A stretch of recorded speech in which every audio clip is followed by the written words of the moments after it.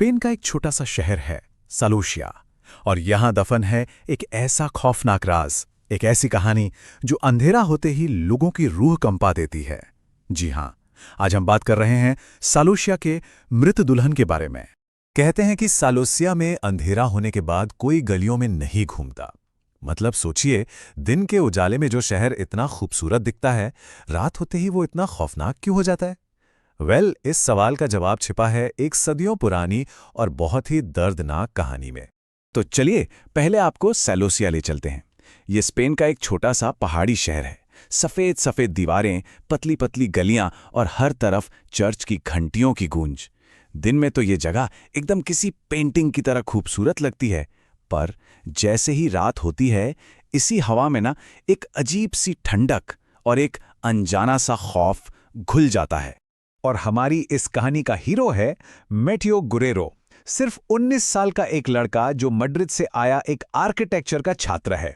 उसका plan simple था, सालूसिया के पुराने चर्च और सदियों पुरानी इमारतों पर रिसर्च करना। पर उसे इस बात का बिल्कुल भी अंदाजा नहीं था कि इन पत्थरों के पीछे छिपा हुआ इतिहास उसे किस भयानक सच से मिलवाने वाला है। मैटियो को ना बहुत जल्द ही सालूसिया के ये दो चेहरे दिखने लगे। दिन में तो शहर में खूब चहल पहल रहती, लेकिन शाम ढलते ही एक अजीब सा सन्नाटा छा जाता। लोग अपने घरों में ऐसे दुबक जाते थे मानो अंधेरे में कोई खौफनाक चीज उनका इंतजार कर रही हो। और तो और जो चर्च की घंटियां दिन में सुकून देती थीं, वही रात में किसी खतरे के अलार्म जैसी लगने लगती थीं। तो आखिर इस खौफ की वजह क्या थी?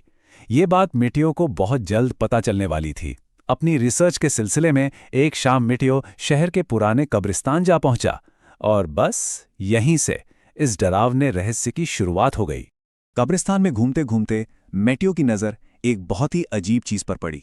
वहां एक अकेली कब्र थी, जिसके ऊपर शादी का एक टूटा हुआ मेहराब था, और उस पर सूखे हुए फूल लटके थे।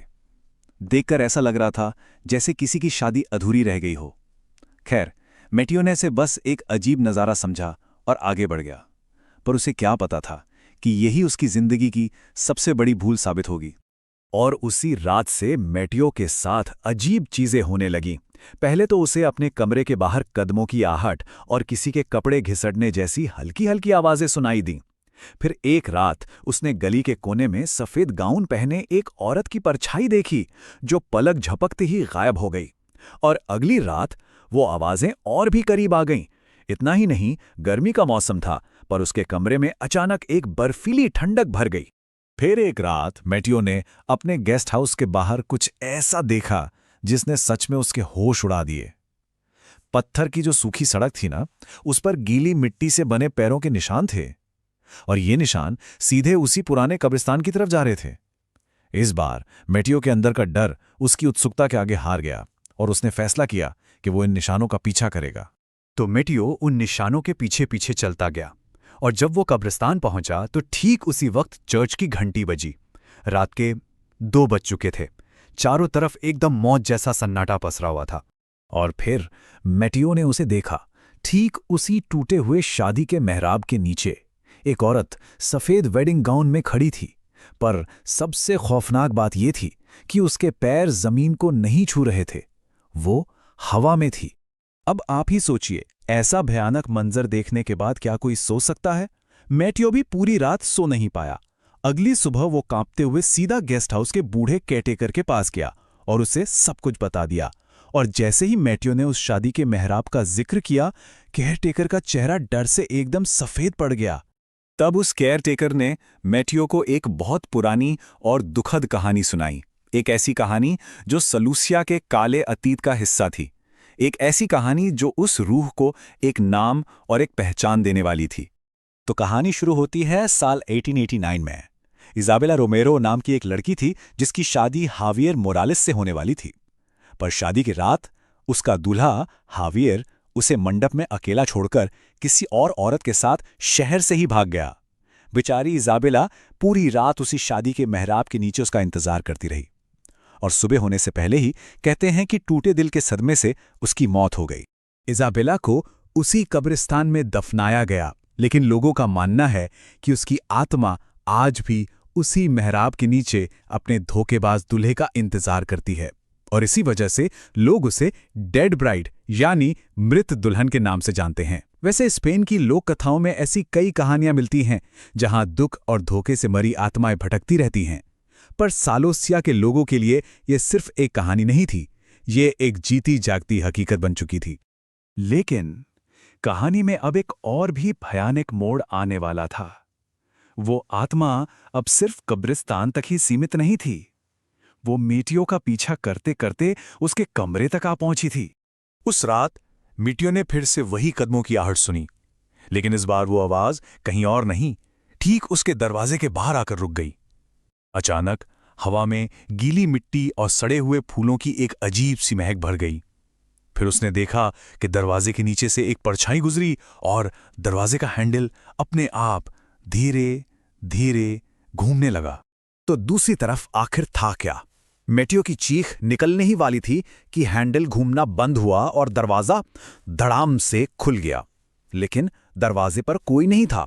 मेटियो ने भी राहत की सांस ली ही थी कि उसकी नजर खिड़की पर पड़ी, और वहां वो औरत अपनी भयानक आंखों से उसे घूरती हुई खिड़की के ठीक बाहर खड़ी थी।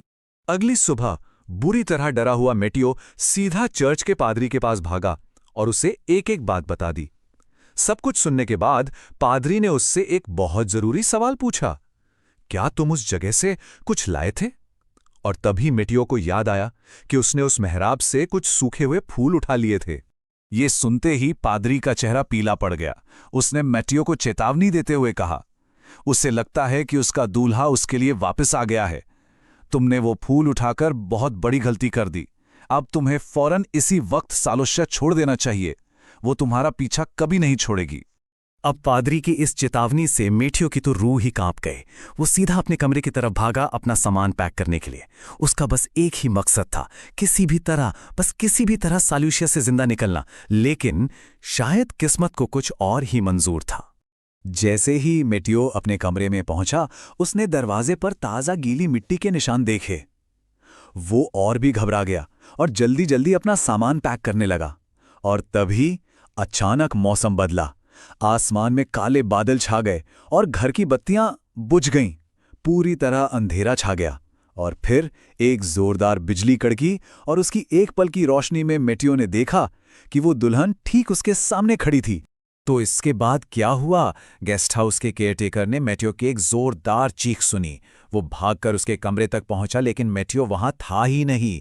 कमरा खाली था। कुछ घंटों बाद मेटियो की लाश मिली, उसी कब्रिस्तान में, उसी शादी के टूटे हुए मेहराब के नीचे, गीली मिट्टी में सनी हुई।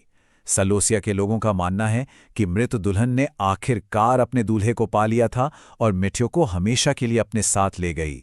तो ये कहानी तो यहीं खत्म हो जाती है, लेकिन अपने पीछे एक सवाल छोड़ जाती है। क्या मृत दुल्हन अब भी इंतजार कर रही है? क्या इजाबेला की आत्मा को उसका दूल्हा मिल गया, या फिर वो आज भी सालोसिया के उस अंधेरे कब्रिस्तान में किसी